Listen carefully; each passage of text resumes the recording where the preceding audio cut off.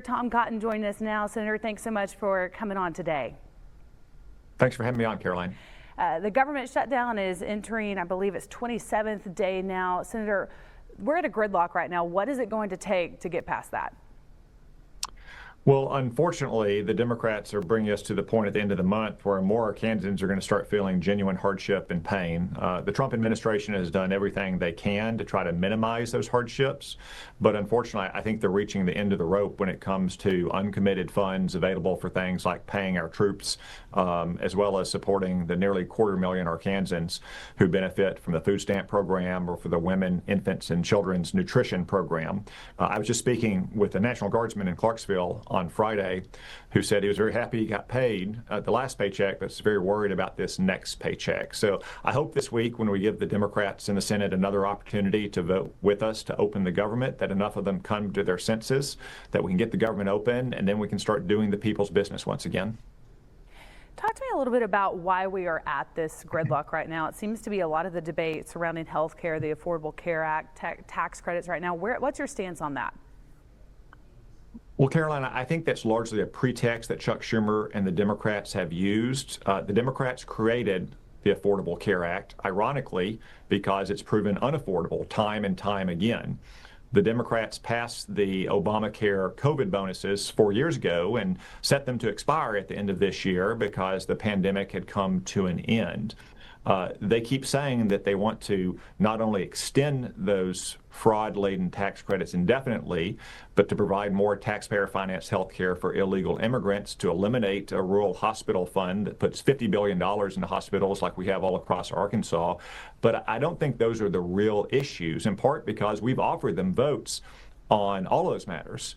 I think at the end, this is Chuck Schumer and the Democrats angry at Donald Trump and angry at Trump supporters in states like ours for returning him to the White House and showing their far left base that they'll fight him, even if there's nothing really to fight over. Again, that's why I hope that as we've seen a few more Democrats voting with us recently to, for instance, pay all the workers who are on the job today, like our troops, like air traffic controllers, like federal law enforcement, that we have a few more join us this week and we can get back to doing the people's business.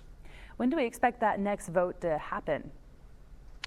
It's to be determined. I think it might happen a little bit later this week, maybe on Wednesday or Thursday. Obviously, we're just getting back into town after being out for the weekend. We'll have conversations with some of the Democrats who have already voted with us to see what they've heard from their colleagues. I'm sure they're hearing from their constituents back home, like John Bozeman, I've heard from Arkansans all across the state, that they really can't afford to miss any paychecks, much less another paycheck. Or I heard from teachers from Lamar, for instance, who are worried about their kids who depend on the food stamp program or the WIC program or the school lunch program. That's happening in states with Democratic senators as well. And again, I hope enough of them will decide that they need to put an end to the Schumer shutdown, join us, open the government. We can debate anything the Democrats want at that point about health care or immigration or long-term funding, but we can't do that as long as the Democrats continue to keep the government shut down. November 1st, Arkansas DHS put out an announcement saying if the government doesn't open and they don't get a certain amount of money, SNAP benefits for recipients here in Arkansas might be delayed or they may not get them for the month of November. There are a lot of people in Arkansas who benefit from SNAP.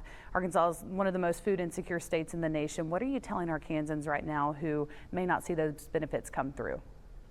Yeah, Caroline, I just heard from Arkansans on Friday that are concerned about needy families in their communities, as am I. I know John Bozeman is as well. There's some conversation in the Senate about offering smaller, more targeted bills. For instance, we offered one last week, as I mentioned, that would pay workers who are on the job right now. We might have one that would pay our troops specifically.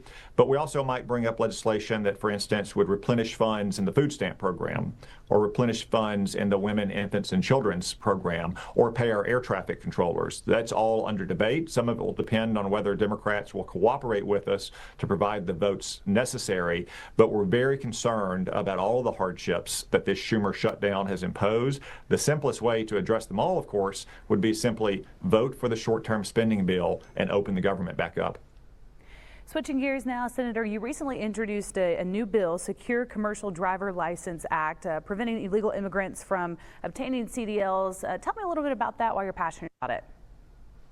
Caroline, there's been too many cases to include in Arkansas of law-abiding citizens being injured and tragically even killed in automobile accidents when the drivers were illegal aliens who didn't speak English. I think it's just common sense that most Arkansans would appreciate and agree with that if you're going to have a driver's license, especially if you're going to have a commercial driver's license, that you need to speak English. Road signs and electronic signage on our highways is always written in English. I think it's just plain common sense that any driver needs to be able to speak English. That's one good way to keep illegal aliens off of our roads. All right, Senator Tom Cotton, thank you so much for joining us today. Appreciate your time. Thank you, Caroline.